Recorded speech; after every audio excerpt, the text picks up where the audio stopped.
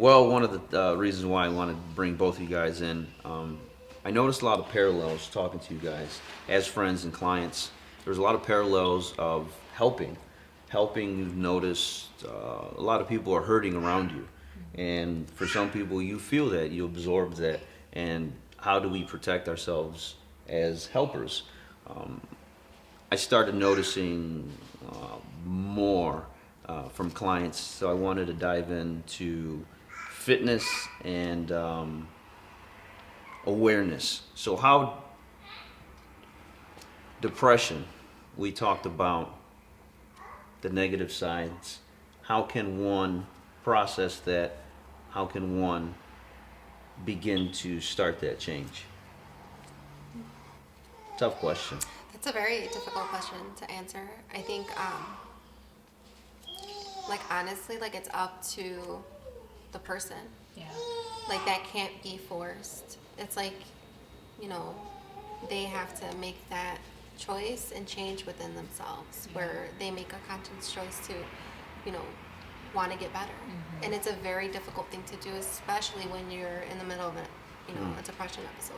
Yeah. Um, because, we're not miracle workers. It's like when, and people have a very misguided conception of counseling and therapy, because the reality is that it's the client who does the work and puts in the work. Yeah. So very similar to. I was just going to chime in. There's very similarities talking to you and how you deal with your clientele base. I was noticing a lot of self-sabotage, a lot of the um, side effects or some of the traumas that you were speaking. I started either paying attention more, or you're around it so long you get absorbed by it as well. You get entrapped in that environment. You get sucked up in it. Wait a minute, time out. Hold on. I need a breather. You guys, I always found it funny. Not funny, it was not funny, but interesting that the helpers need help. The counselors, yes. the The most counselors, amount of help. the counselors need help. And for me, Counselors, wait, yeah, you know, we need wait. therapy. Yeah. So, taking a step back, okay, if I'm experiencing that and I'm just a mere, fitness trainer, the counselors are experiencing that. Talking to a few of my buddies, police officers, firefighters, a lot of people don't realize the state that we're in, the situation we're in. I think hence this podcast, it's a status check, a fitness check, a health check. Wait a minute. Yeah. Wait a minute. Let me find out a little bit more information. Let me clarify some stuff, because if I have all this stacked against me, what do I need to do to give us, anybody around us, the best chance of succeeding? So we touched on environmental, physical, so spiritual. I'm not really discussing religion, but spiritual faith focus. How does all that we talked about, how does that affect our mind spiritually? It is, because I think spirituality is so personal and individual and can be impacted by our upbringing, can be impacted by experiences that we have. I mean, in general, just the word spiritual just means a connection to others and to the world around you. I think we're lacking that. What do you think? Connection that to connection to others. Absolutely. Even though in the world of social media, It's different. But you lose that connection. And I Yeah. think that's the big thing. It's like you lose the connection when you bring in, The digital? this digital device. why? Because You lose that it's personal, right? not a good Yeah. avenue to be able to communicate and Yeah. express feelings. Yeah. You can't see feelings via text message that you would if you have a difficult conversation with someone and you're able to see not just the vocal language but the body language that one has. There are Exactly. different types Cues, of languages yeah. and cues and social cues. Yeah.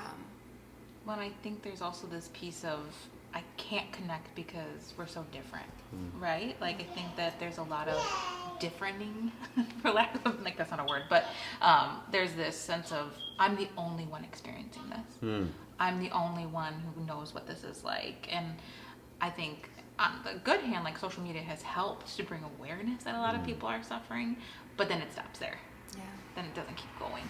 And that's Why? where people like us have to come It's in. missing the action.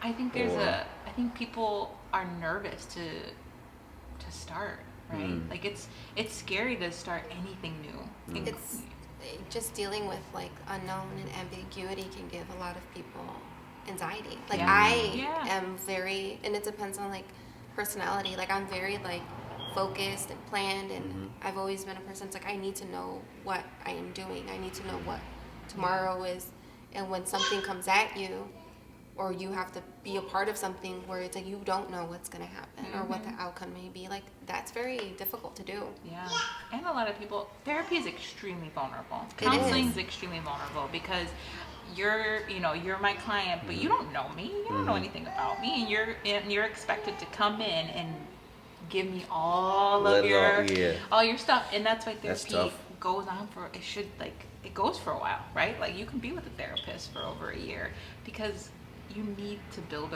a relationship. And I think, and that's another misconception too, why a lot of people don't start therapy, because they think that right away, like, oh, I'm not gonna tell that person everything. But any good therapist is not gonna. It's like they're gonna meet you where you're at, Exactly. and they're gonna get to know you first, because if there's anything that I want anyone to know is that the biggest protector that we can have are positive, healthy relationships.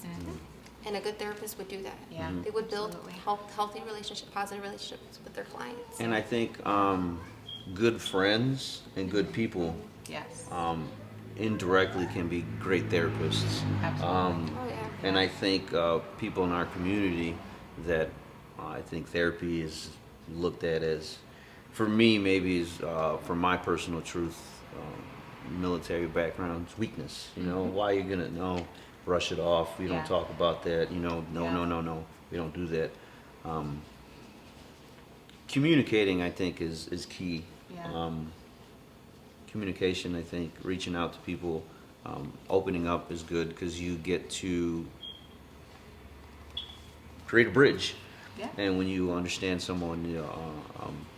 it really, really helps out. Why do you think there is that misconception or negative aspect of counseling or therapy in our communities? I think there's just Fear of the unknown? mental health has always had a very negative stigma. Mm. And I think about, like, for example, like in the Hispanic community, and this happens also a lot in the African American communities, where they throw out this word crazy. Uh-huh. Like, there's no tomorrow. And the reality is, like, everyone deals with, life experiences. Mm. And sometimes things that you go through can be very difficult. And it can be maybe possibly making a very difficult choice or a decision. And, going to therapy doesn't necessarily mean that it's because you're suffering from some mental health condition. Right. It could be because maybe you're having a problem in your life that's very stressful. And guess what? Like, stress is a part of life. Like, we all deal with stress. Yeah. But how do we manage it? Asking is big. Yeah, and Yeah. talking Asking about it, for- like talking to someone about what's going on, not only allows the person to kind of hear out loud, like, and so they can gain perspective, but then it's also having someone give an objective view of like, oh, did you ever consider this, or have you looked at it this way? Have you looked at it that way? Yeah. And it can be a very good thing for people. But like another thing too, it's like I feel, and it's, you haven't mentioned this yet, it's just that we all have very different upbringings and life experiences, and sometimes like we take those life experiences into adulthood, and it still has a very big impact on how we connect with others, Absolutely. whether or not we're able to stay committed to anything, how we deal with stressors that can have very like negative outcomes. I want to dive into that. We've had an interesting topic about trauma, environmental issues, or any negative impact on the developing brain, on the child's brain. So can we dive in depth with that from the beginning? What harm, what obstacles, what happens to the brain when we undergo such circumstances? Yeah.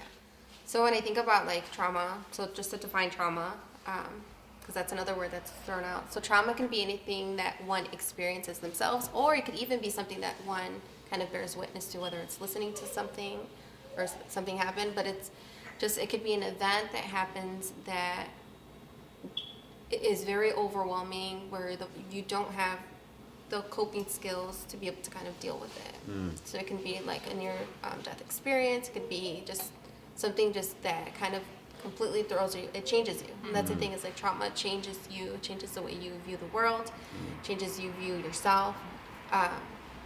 And it can be something that is either you experience yourself, or it can also be something that someone that you love experiences, and it Or can that have you witness. and or you witness, and you have the long-lasting effects of that. Now When we think about trauma and when we think about childhood, That's the it's powerful one. it's something that I know is a big thing right now with public health, because when they did a study, so the CDC did a study, I believe it was in the 1970s, and they did an ACE study. So ACE stands for Adverse Childhood Experiences. But what they started to notice was that in certain parts of our nation, usually lower income, they were dealing with a lot more health problems than in other more affluent communities. So then they started to ask, like, what is happening? What they started to realize was that a lot of the people within those communities were experiencing a lot of more like adverse childhood experiences. So they ended up creating this checklist of 10 different childhood experiences. And they surveyed, I don't know how many thousands of people, it was like a lot. And what they came to find was that was related to negative health outcomes. So when I talk about an adverse childhood experience, I'm talking about anything that it's like verbal, physical, or sexual abuse, childhood sexual abuse, separation from a parent due to incarceration, due to death, due to divorce, living in a household where there's substance abuse or addiction, living in a home where there is, a parent is suffering from mental health issue, whether it's depression, or living in a home where someone attempts or commits suicide, living in a home where there's domestic violence. So, these are some of the experiences. And basically what they found was that the higher your ACE score was, so the more experiences you had before the age of 18, the more negative the outcomes were. And even to where they found that you had early death compared to others. So it was like a 20-year, I believe, difference in lifespan. I believe we talked about certain traumas can rewire the brain. Yep. So physically, there's change That's not actually only. what trauma does. Yeah. It's like the brain mismatches the signals. So you're rewiring your computer, Yeah. and so sometimes your computer can misfire, and we don't know what's going on, Yes. and Yeah. you get kind of like, wait a minute, what's going on? Yeah. And- So this research led to more research where they started to see, like, okay, like, this is obviously a problem. Like, this is a very, like, a public health concern. Yeah. And then they started to do more research on, like, development. And so what we know is, like, the majority of brain development happens between ages of 0 to 3.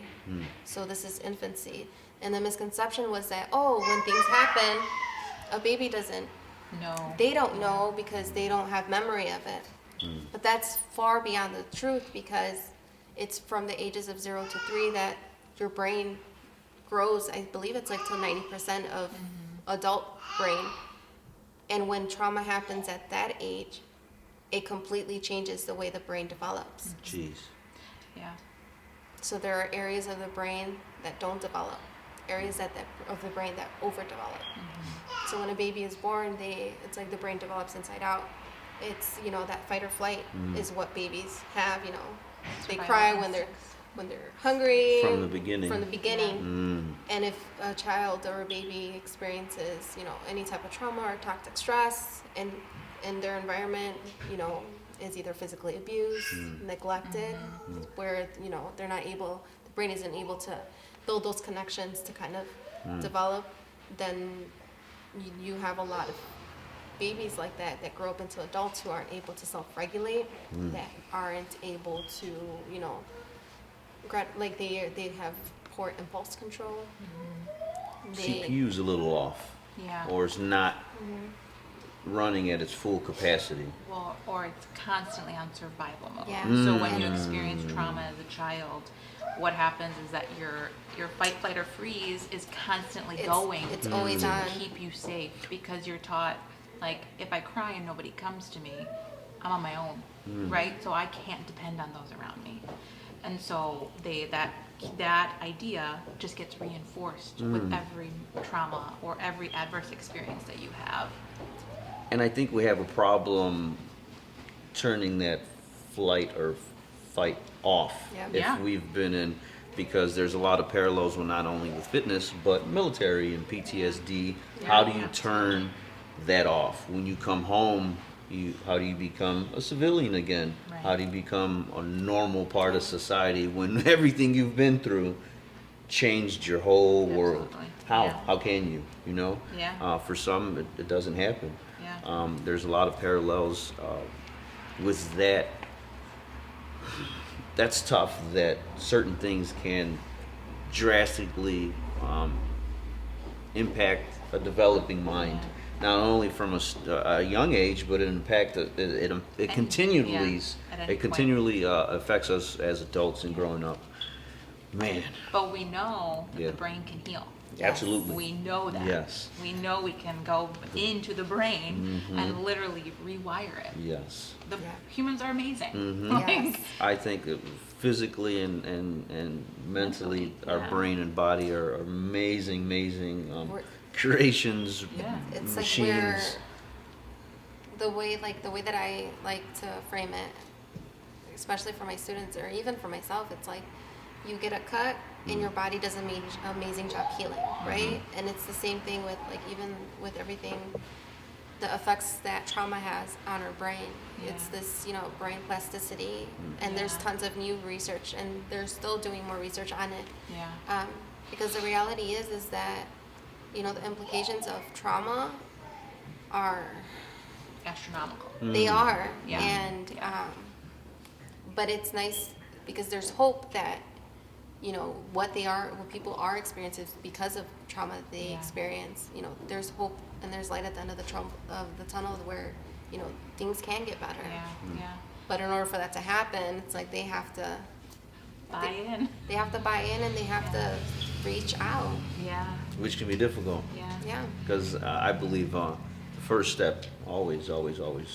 But once you kind of get over it, for me, at least in my truth, Yeah. once you get over that, and you always create a little bit more than what it actually is in your brain, Yeah. But that goes back to our conditioning as well. Something we haven't really talked about, but goes along is conditioning. Yeah.